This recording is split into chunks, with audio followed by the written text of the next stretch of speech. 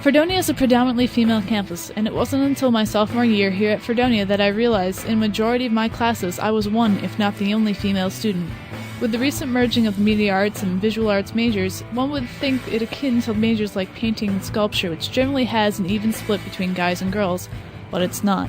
I talked to Tom Laughlin, the chair of the Visual Arts and New Media Department here at Fredonia, and after a quick mental head count, he replied, "If I know that there's 7, there can't be many more out there, so there's probably less than 10. I can't imagine there's any more than that. 10. That's probably 10 out of 65 majors." So I'm one of 10 female media arts students, and there may be less. I tracked down one of the other 9 and asked her how many classes she had where there were few females in the major. In my classes, the average is about 2 or 3 girls compared to probably 15 guys. Amy Polachuk is a senior media arts student from Sodus, New York. I was curious to find out what she might think the reason for low female enrollment in the major was. Maybe a lot of the girls were turned off that it had so much to do with coding and, hooking up wires. And like when I make a movie, I have to set up the lighting kits all myself. I mean, we don't get a crew, so it's kind of like all-encompassing. And I think a lot of girls would rather just sit and do graphic design. Freshman year, she had seen other female students switch to graphic arts. Kevin Germick is a junior media arts major. I was wondering what a male student's theory on the subject would be. I don't know if there are more women denied entrance into the program or not. Tom Laughlin didn't mention denying any prospective female students into the media arts major, but he had a theory of his own. I think that perhaps the major reasons are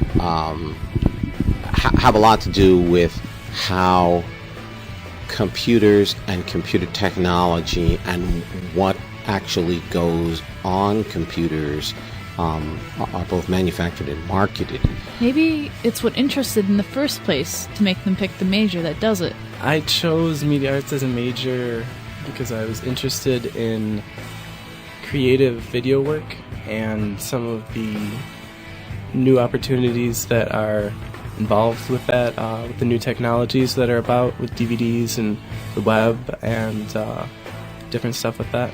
Amy's reason was mainly art, though there had been a specific drama and media arts track that had been in the major that was removed when she entered college along with the other media arts tracks.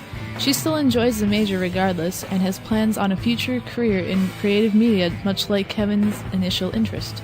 I really like interactive design the best, if we're going to break it down like that. I want to be able to design, DVD menus, web pages to a certain extent, and I'm going to combine it with my other major, which is Spanish, in hopes to do bilingual web stuff.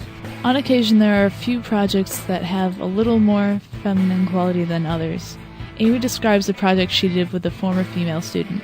We did one project that focused on the abuse of women around the world, and it was like a game, and where everybody else's games was like a shooter space game, ours was this game that was just learn about, women's rights around the world. And I don't think they kind of just watch it, and I know they appreciate it, but it's just not the same as being able, we always talk and critique, and they didn't have anything to say about it. They just were like, that's cool.